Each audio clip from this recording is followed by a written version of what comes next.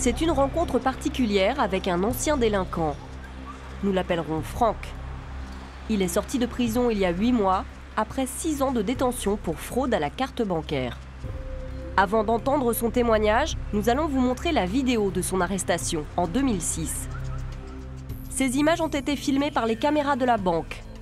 On y voit Franck récupérer le piège posé un peu plus tôt sur ce distributeur de billets.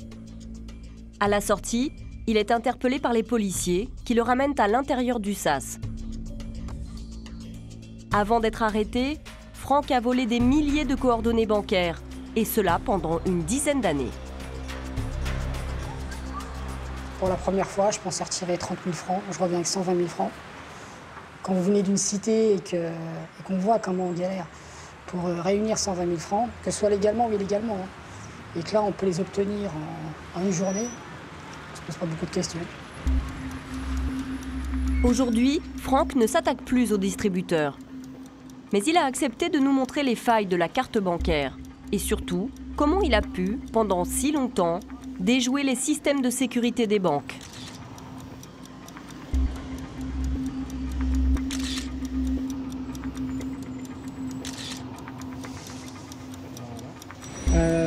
Il y a combien de caméras? Il y a une caméra boule à côté du distributeur, une caméra en haut, plus une caméra qui filme l'entrée. Pour piéger les distributeurs, les escrocs commencent toujours par un repérage discret, à l'heure où la banque est fermée. Sur ce type de distributeur qui est spécifique à cette banque, on va avoir un faux plafond qui va venir se poser ici au-dessus, qui va nous permettre d'enregistrer, en tout cas de filmer le code personnel de la personne. Plus ici un petit cache qu'on va poser sur le distributeur qui va nous permettre de récolter les données de la carte bancaire. Ce que décrit Franck, c'est une technique qui s'appelle le skimming. Pour rester invisible aux yeux des clients, de la banque et de la police, elle demande beaucoup de précision. Là, on a 1 mm de jeu entre la bouche et le distributeur, ce qui va nous permettre de clipser parfaitement le dispositif et, sans qu'il bouge. Pour ces délinquants, tous les distributeurs ne se valent pas. Ici, nous sommes dans le 16e arrondissement de Paris. Quartier chic, beaucoup de commerce, donc quartier très très fréquenté, c'est une cible idéale. Je pense que le week-end, sur un samedi, on peut tourner entre 200 et 300 cartes. Chaque carte piratée peut générer de 500 à 1 500 €. Cela représente 150 000 € détournés en une seule journée. Une fraude considérable. Chaque année, des dizaines de milliers de coordonnées bancaires sont volées en France. Notre carte bancaire est loin d'être aussi sûre que nous le pensons. Ce petit rectangle de plastique représente près de la moitié de nos paiements. Nous pensons le système infaillible et notre argent en sécurité. Mais la fraude explose, plus 30% en seulement 1 an. Ouvrez. La carte bancaire est le nouvel Eldorado des délinquants. Qui sont ces nouveaux braqueurs de banque? Quelles sont leurs méthodes? Comment font les policiers pour tenter de les arrêter?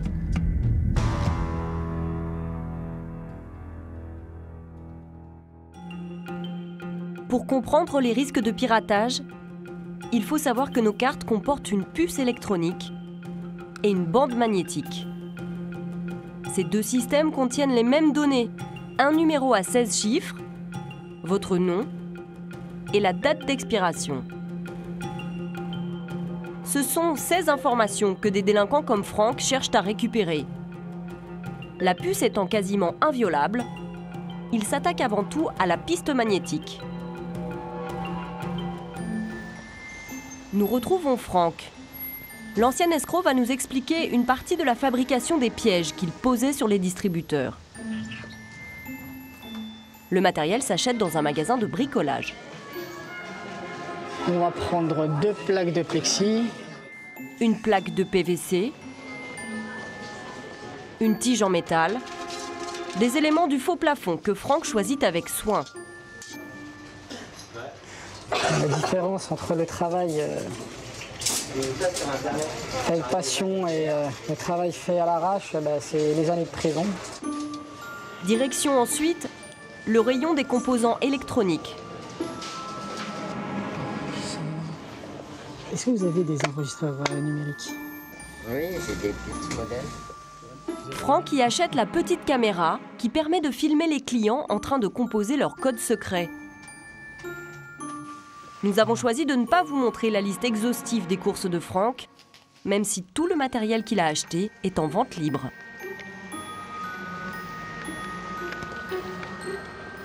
On se rend compte que le matériel qu'on peut acquérir aujourd'hui est beaucoup plus performant que celui dont on disposait à l'époque.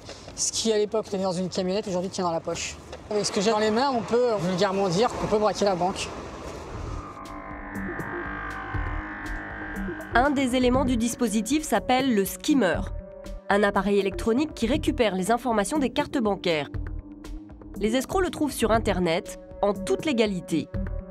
Les skimmers servent aussi à encoder les badges de cantine, les passes d'hôtel ou les cartes de fidélité. Franck ne nous dévoilera pas toutes les étapes de la fabrication du dispositif de piégeage du distributeur, d'autant que celle-ci prend plusieurs jours. Alors cette plaque, c'est ce qui va constituer la majeure partie du faux plafonnier dans lequel va être placé un dispositif qui va filmer les personnes en train de taper leur code. L'escroquerie à la carte bancaire est punie de 5 ans d'emprisonnement, 10 ans si elle est commise en bande organisée et de 300 000 € d'amende. Maintenant, on va placer la caméra. Cette mini-caméra permet aux délinquants de filmer le code confidentiel de la victime. À travers ce trou d'à peine 2 mm de diamètre, percé dans le faux plafond du distributeur. C'est un des moyens pour un client vigilant de détecter la présence d'un piège. Dans la fente du distributeur, l'escroc va placer le skimmer. Cette pièce électronique copie la piste magnétique de la carte bancaire. Pour un dispositif complet, d'autres étapes sont nécessaires. Nous ne les verrons pas. Donc là, on va faire un petit test. C'est avec la carte de notre journaliste que Franck nous montre comment pourrait fonctionner le système en situation réelle. Donc la démonstration, on fait comme si on allait retirer des sous. Donc on va insérer la carte dans le distributeur. On va taper son code, 5, 4, 9, 1. Au moment où on va taper son code, la caméra qui est placée juste au-dessus, et là on voit le petit trou qui est là, va filmer le code confidentiel de la personne. Les sous vont sortir, on va retirer sa carte, et au moment où on retire la carte est enregistrée. On a vu que ça a clignoté en vert, ça n'a pas clignoté en rouge, donc c'est que la carte a été enregistrée par le dispositif qu'on a mis là. De cette façon, Franck vient de récupérer les coordonnées bancaires de notre journaliste. Là, on va brancher le skimmer. Il détient maintenant les informations complètes de sa carte. Nom, prénom, numéro et date d'expiration. Puis il récupère le code confidentiel, filmé par la microcaméra.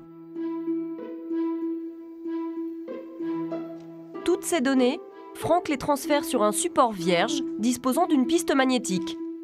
Cela s'appelle l'encodage. Il vient de fabriquer une copie parfaite de la carte de notre journaliste. La carte bleue peut être copiée sur n'importe quel support possédant une piste magnétique. Donc une autre carte bleue, une carte de fidélité, des cartes vierges qui se vendent dans le commerce possédant une piste magnétique, des tickets de parking, peu importe. Ici, c'est une carte de fidélité d'une grande chaîne de cinéma française que Franck transforme en carte bancaire. Donc cette carte égale celle-là. Dans les pays de l'Union européenne, les retraits par carte bancaire sont sécurisés par une puce. Or, les fausses cartes de Franck ne possèdent pas de puce, mais seulement une piste magnétique. Pour retirer de l'argent sur les comptes des victimes dans un distributeur, les escrocs se rendent donc hors d'Europe. En Asie, en Amérique latine ou aux États-Unis, par exemple. En France, il n'y a que quelques terminaux qui utilisent uniquement la piste magnétique, comme les péages. Nous souhaitons vérifier que la carte de fidélité de cinéma fonctionne bien comme une carte bancaire. Nous prenons donc l'autoroute. Voilà, donc là je vais effectuer un paiement sur l'autoroute avec une carte de fidélité de cinéma. Le paiement est accepté. D'après le dernier rapport de l'Observatoire national de la délinquance, les escrocs qui utilisent cette technique, le skimming des distributeurs bancaires, volent chaque année plus de 60 millions d'euros en France.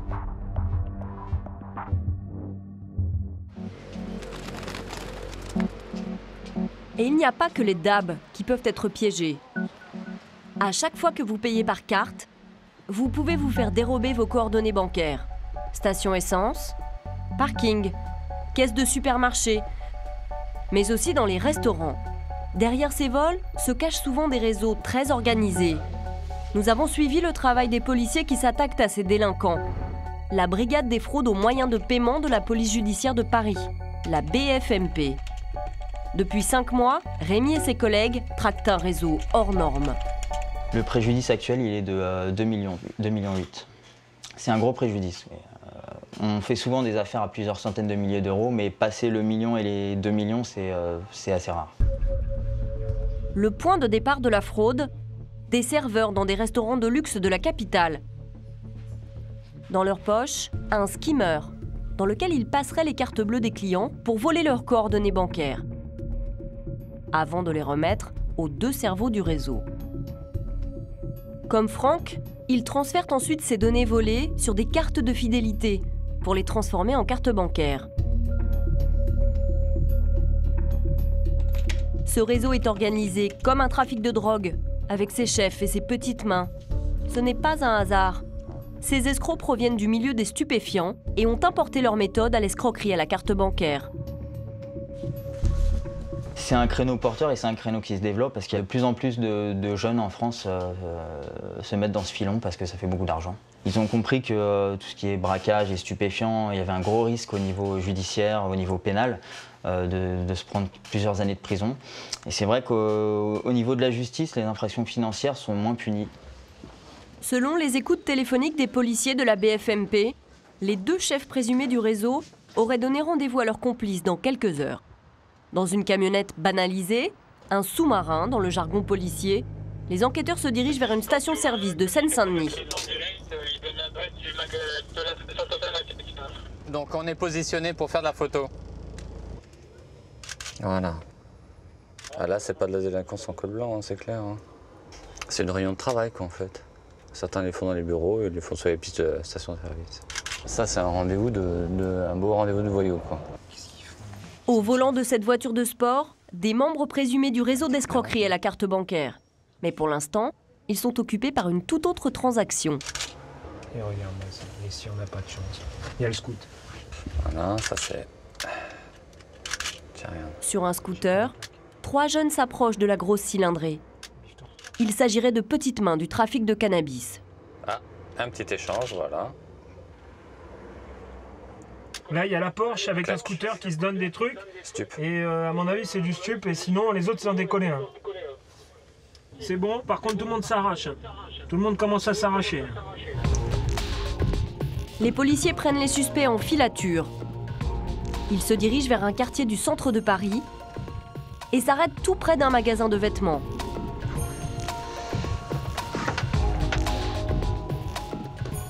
L'entrée de la boutique, c'est celui-là ou pas? T'en as une juste là, tu vois. La noire, là?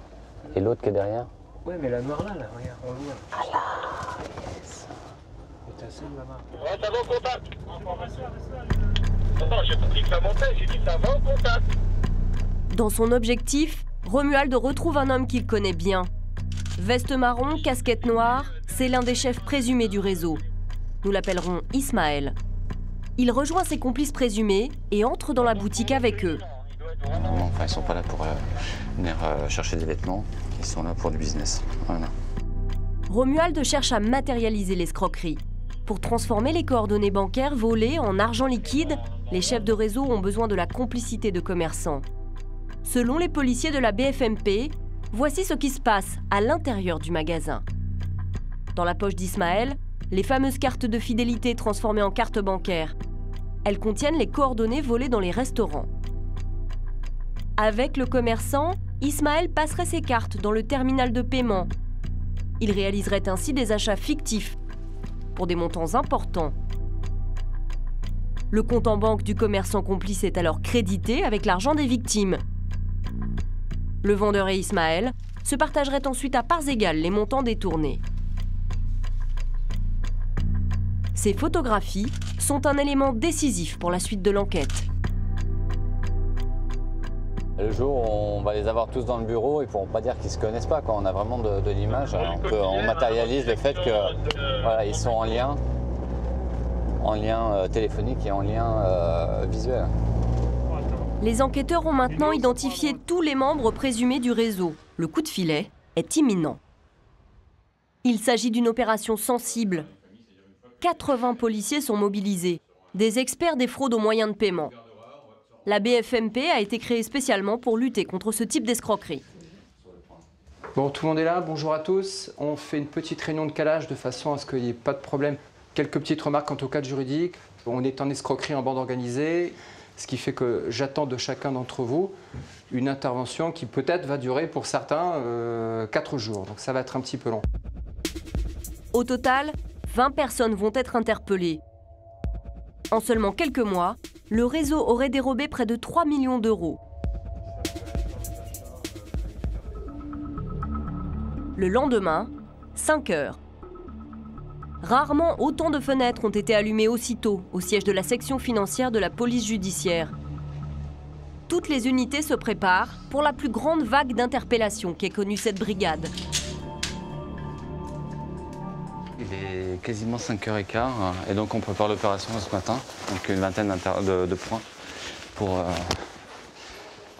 l'interpellation du réseau. C'est beaucoup? C'est énorme. C'est énorme parce que ça fait 80 personnes qui sont sur le terrain. Donc toute une logistique derrière. Toutes les arrestations vont se faire simultanément pour éviter que certains membres du réseau, alertés de l'opération, ne prennent la fuite.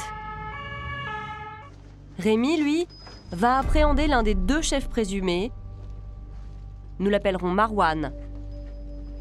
Deuxième étage, porte face à l'ascenseur. Il habite une banlieue cossue de la région parisienne.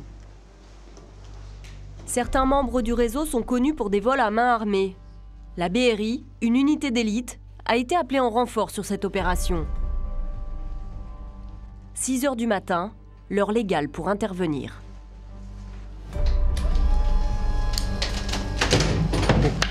Allez, go, go, go!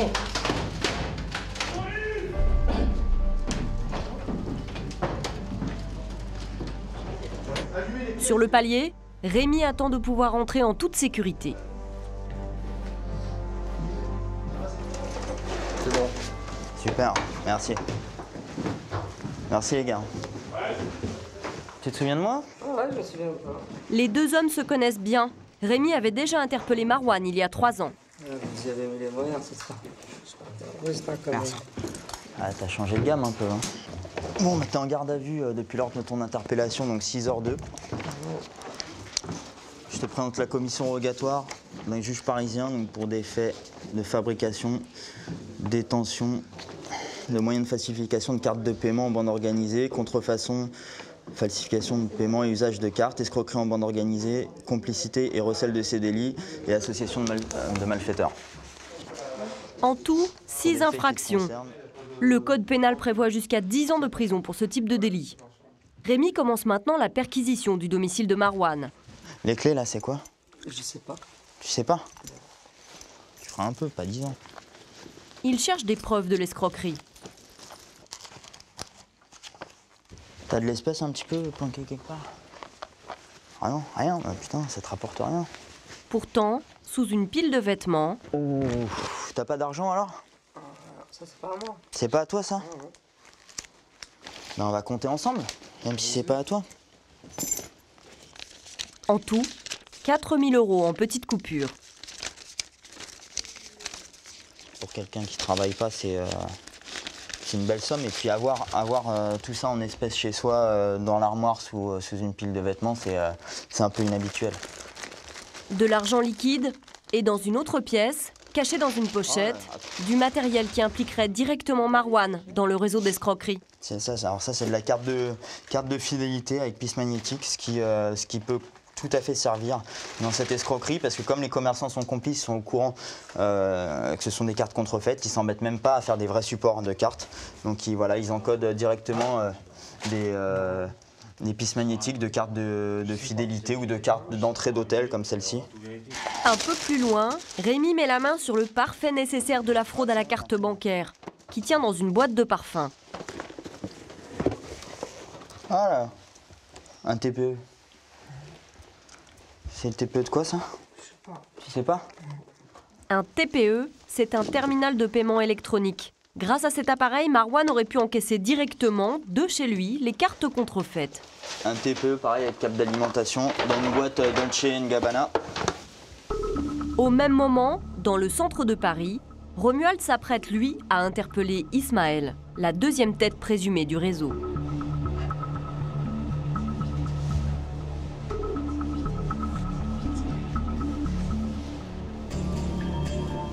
Les policiers agissent sur commission rogatoire d'un juge. Dans ce cadre, ils ne s'annoncent pas et ont recours à la force. Selon eux, cela éviterait que le suspect n'ait le temps de détruire des preuves. Police! Police, ouvrez! Police! Police! Bougez pas! Tu restes là, tu bouges pas, d'accord? Tu bouges pas. C'est la tête de réseau. Donc c'est lui vraiment qui récupère les données, qui va les mettre sur son ordinateur et après qui va encoder les cartes et les utiliser frauduleusement. Donc lui c'est vraiment l'axe central du réseau. Sans lui rien n'est possible. L'escroc présumé semble coopératif. Il répond aux questions des policiers qui cherchent son matériel de contrefaçon. Donc, ici il n'y a rien, d'accord. Bon, on va fouiller de toute façon. Tomato celui. Ordinateur, encodeuse, carte. Ismaël a été prudent. Les policiers n'ont rien trouvé de compromettant à son domicile. Selon eux, il utiliserait la technique de la nourrice, issue du trafic de stupéfiants. Il paierait un complice pour qu'il garde chez lui le matériel de falsification des cartes bancaires. Romuald et son équipe se rendent aussitôt chez la nourrice du réseau, au nord de Paris. Le responsable du matériel est lui aussi tiré du lit. Dans le salon, dans un sac, les policiers trouvent encore des cartes de fidélité, plus d'une centaine au total. Et dans la cuisine, les enquêteurs mettent la main sur ce qu'ils cherchaient, caché dans un paquet de gâteaux. Ça c'est la fameuse encodeuse qui reliée à un ordinateur en fait va permettre de mettre la piste magnétique, enfin de la réencoder sur les cartes qu'on a vues tout à l'heure. En quelques heures, 20 personnes sont arrêtées, dont 6 commerçants complices, comme le gérant de la boutique de vêtements, repéré pendant les filatures. Couche-toi! Allonge-toi! Allonge-toi! C'est tout ce qu'on te demande! On est là dans le cadre d'une commission rogatoire de monsieur Bongrand. Bonjour monsieur. 4 serveurs qui auraient copié les cartes des clients dans des restaurants de luxe sont aussi interpellés. Tous sont placés en garde à vue, certains pour 96 heures, car les faits reprochés auraient été commis en bande organisée. Pour les policiers, le réseau a été entièrement démantelé. De retour à la brigade, Rémi s'empresse de tester les cartes de fidélité saisies chez les différents membres du réseau. Il les passe une à une dans un lecteur pour voir si elles ont été réencodées en carte bancaire. Un élément de preuve de l'escroquerie présumée. Et elles sont toutes réencodées? Ben, c'est en cours, mais en grande partie, oui. Les numéros de carte bancaire, voilà, ce sont ces numéros-là. Lors de son audition, Marwan explique d'abord que tout ce qui a été saisi chez lui appartiendrait à un mystérieux Ukrainien, un homme qu'il croiserait de temps à autre. Comme je le dis depuis le début, l'ordinateur n'est pas à moi. Voilà. Le policier lui montre les scellés, les pièces à conviction.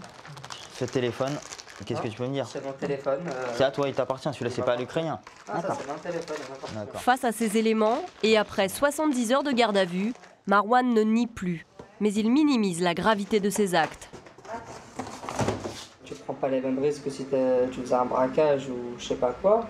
C'est pas du tout les mêmes peines, faut manipuler des armes, tu dois prendre limite des gens en otage, c'est pas du tout le même tas.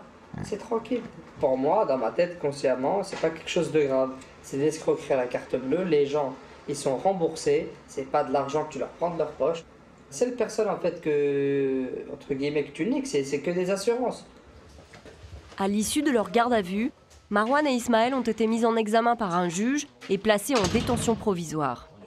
Ces escrocs, qui utilisent le skimming, ne sont pas les seuls à s'attaquer à vos données bancaires. Aujourd'hui, la moitié des fraudes aux cartes de paiement se fait sur Internet. Quand vous faites un achat en ligne, vos informations confidentielles sont conservées temporairement sur des serveurs informatiques sécurisés. Ils stockent votre nom, les 16 numéros, la date d'expiration et surtout, ces 3 petits chiffres au verso de votre carte, le cryptogramme. Certains pirates informatiques pénètrent dans ces serveurs et capturent les données bancaires en quelques clics. Ces données, d'autres délinquants les rachètent. Elles vont leur permettre de faire des commandes frauduleuses sur Internet. C'est le vol à l'étalage du XXIe siècle. Raphaël, pirate informatique, va nous montrer comment les escrocs se fournissent en coordonnées volées. Pour cela, il se rend sur un réseau crypté, inaccessible au grand public. Cela s'appelle le Darknet. En anglais, cela veut dire le côté obscur du net. C'est sur ce réseau que Raphaël se connecte. Et voilà ce qu'il y trouve. Et donc vous pouvez voir qu'on peut tout acheter. Là par exemple vous avez un Beretta. Là vous avez de la cocaïne. Expédiée depuis les Pays-Bas. Donc en gros, il y a la fiche produit. C'est un peu comme si on achetait une machine à laver. C'est exactement comme si on était sur eBay ou sur Amazon. Sauf que donc c'est des armes, des drogues. Des produits illégaux, au milieu desquels on peut aussi se procurer des coordonnées bancaires volées. Et sur ce réseau, il y a des véritables supermarchés de numéros de carte bancaire. Donc vous pouvez voir qu'ils viennent de recevoir des cartes australiennes, brésiliennes, espagnoles. Il faut que le piratage soit assez récent. On dit qu'elles sont fraîches, c'est-à-dire qu'on dit qu'elles viennent d'être piratées. Du coup, elles ont peu été utilisées ou pas été utilisées du tout, et ça permet de faire des commandes assez rapidement. Sur le Darknet, une coordonnée bancaire s'achète entre 10 et 20 €. Avec un numéro de carte, on peut faire 10-20 achats dans la journée s'il n'y a pas d'opposition. Donc c'est vraiment, pour 10-20 € d'investissement, on peut faire 500-600 € de bénéfices sans problème. Comment des escrocs parviennent-ils à gagner de l'argent avec les coordonnées bancaires achetées sur Internet? C'est ce que nous allons voir avec les policiers de la brigade des fraudes aux moyens de paiement. Ce matin, ils partent interpeller un suspect. Un homme qui aurait utilisé des numéros de carte volés pour acheter de la marchandise sur Internet avant de la revendre. Le gars, pour se faire de l'argent, soit il vend des billets de train par l'intermédiaire de sites d'annonces type Le Bon Coin ou autre, soit il achète des vêtements sur Internet avec des numéros de carte bancaire volés, des vêtements qu'il garde soit pour lui, soit qu'il revend à des connaissances pour se faire un peu d'argent liquide en fait. Arnaud est le directeur de l'enquête. Le suspect qu'il suit depuis des mois aurait une spécialité, l'escroquerie aux billets de train. Si les policiers sont là ce matin, c'est suite à une plainte de la SNCF. Police, ouvrez! Ouvrez! Ouvrez, je casse la porte! Monsieur, bonjour. Qu'est-ce que vous faites là? Il était en train de cacher des trucs. Quand on est arrivé, le gars il était en train d'essayer de planquer un téléphone et puis un ordinateur sous l'évier. Donc c'est pour ça qu'il a mis un peu de temps à ouvrir. Donc bon, nous quand on a ouvert la porte, on s'est rendu compte qu'il venait d'ici, donc on a réussi à retrouver. A priori, il a des choses à se reprocher quoi. Un ordinateur et aussi sous l'évier, cette petite pochette noire. Il y a toute son identité là-dedans. C'est où ça? Pareil, sous l'évier. 26 pièces d'identité, a priori toutes volées. 6, 7... Ah, ça c'est le reste. Carte d'identité et permis de conduire. Alors on a de l'espagnol. À quoi ils peuvent servir ces passeports? Ça peut servir, par exemple, dans le cas de commande sur Internet de matériel. Il va commander au nom des titulaires des pièces d'identité qu'il a. Et puis, si le site marchand lui demande un justificatif d'identité, il pourra faire une photocopie et puis envoyer par mail la photocopie d'un des passeports qu'il aura utilisé pour faire sa commande. Nico ? Oui. Tiens, j'ai trouvé des billets de train là. Dans... 1, 2, 3, 4. Dans la sacoche de l'homme, une dizaine de billets de train. L'escroc présumé prétend les avoir achetés de manière légale, avec son propre compte en banque, pour les revendre. Si on a bien compris, tu achètes sur le site SNCF un billet de train plein pot, que tu revends, comme tu es un philanthrope, tu le revends à des voyageurs dans le besoin, beaucoup moins cher, hein, c'est ça? Donc tu perds combien d'argent sur chaque billet de train? C'est pas une entreprise rentable si c'est avec ton argent que tu achètes les billets de train, je te le dis. Hein. Pour les policiers, l'homme a acheté ses billets avec des coordonnées bancaires volées. Ensuite, il les revendrait dans les gares parisiennes à des voyageurs. Bénéfice estimé, plus de 5 000 € par mois. Ah, voilà. Sous le matelas, comme à l'ancienne. Comment ça se fait qu'il y a des billets sous le matelas? C'est pas à vous, ça? Non, c'est arrivé là tout seul. C'est à vous? De l'argent liquide sous le lit et des pièces d'identité cachées sous l'évier. Mais aussi dans ses affaires, une suite de chiffres que les policiers connaissent bien. Numéro de carte, cryptogramme. On fait les poches. Hein. Griffonnés sur cette feuille volante, des numéros de carte bancaire volés qui auraient servi à payer les billets de train. 16 chiffres, date de validité, cryptogramme. 2 numéros sur un papier et dans l'ordinateur du suspect, 119 coordonnées bancaires, probablement volées, selon les policiers. Le préjudice s'élèverait à 62 000 €. Après sa garde à vue, l'homme est placé en détention provisoire pour escroquerie et recel. Ce phénomène de billets de train vendus au marché noir, cela fait longtemps qu'Arnaud l'observe depuis son ordinateur. Il a appris à reconnaître les annonces suspectes. Par exemple, là, je vois billet de train Paris-Grande Ville. Alors, on voit que la personne qui a mis l'annonce a carrément mis une carte de France avec Paris et toutes les destinations possibles. À partir du moment où on voit une annonce comme ça, quand on est voyageur, on peut tout de suite supposer qu'il s'agit d'une escroquerie. Si vous répondez à ce genre d'annonce et que vous appelez la personne, donc il va vous donner un petit rendez-vous sur Paris pour vous remettre les billets et il va vous demander de l'argent liquide en échange. Nous avons voulu en savoir plus sur ces escrocs en allant à leur rencontre. En quelques minutes, nous trouvons des dizaines d'annonces suspectes sur Internet. Tous les billets sont proposés à la moitié de leur prix au guichet. Nous contactons un revendeur pour un trajet Paris-Marseille. Le rendez-vous est pris rapidement par SMS. On peut se voir demain si vous voulez. Envoyez-moi votre nom et prénom pour que je puisse modifier les billets. Le lendemain, gare de Lyon. Oui. C'est un billet que vous aviez pris vous, c'est ça? C'est un billet que moi j'ai pris. Finalement, je pars pas donc je le remets en jeu. Ok. Et je le paye 89? Non, j'ai dit 60 €. Ouais.